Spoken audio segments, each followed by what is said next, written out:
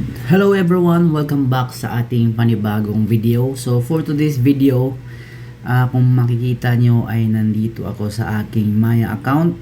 So ngayon guys ay itatry kong magbayad ng Meralco bill gamit ang aking Maya account.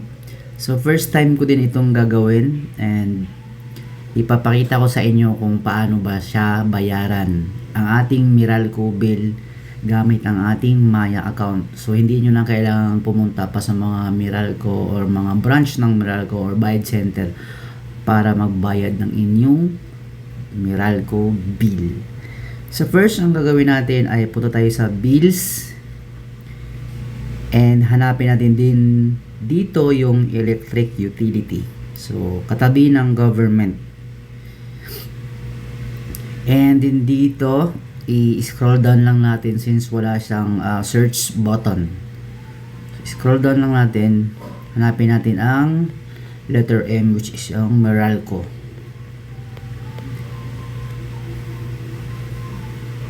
And kung makikita nyo rin dito guys, marami ditong mga electric utility or maraming electric company ang mga nandito. So if you are, kung hindi kayo Meralco, pwede nyo rin hanapin dito.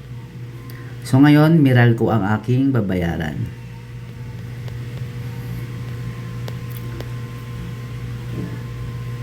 So lumagpas na tayo, balik tayo konti. So letter M. So ito yung Meralco. Yan, click natin yan. Yan. Kung makikita nyo dito guys, meron dito nakalagay sa reminders. Pinakapangalawang reminders. If you receive disconnection notice, kindly pay in any Meralco business center.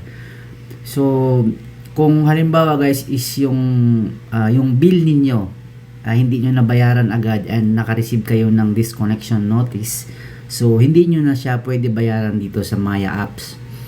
So dapat hindi pa kayo naka-receive ng disconnection notice bago ang pwede lang natin bayaran dito sa Maya apps. And kung makikita nyo dito, ang kailangan lang is yung customer account number. So makikita nyo yung customer account number niyo sa inyong Meralco bill, and then yung amount, pati yung amount din. So lalagyan lang natin 0.89.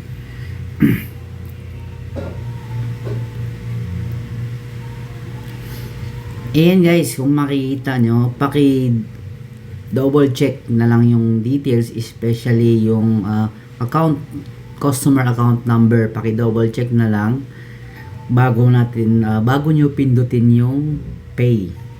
So double check nyo. And then pag okay na, pag double check nyo na yung details pati yung amount na babayaran niyo,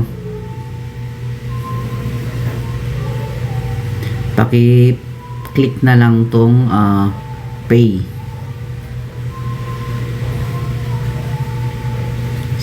So click natin yung pay. And syempre kailangan merong laman ng ating Maya wallet. And kung makikita nyo, payment successful na guys. And yun lang kabilis. So hindi nyo na kailangan pumila. Yun lang guys, thank you for watching.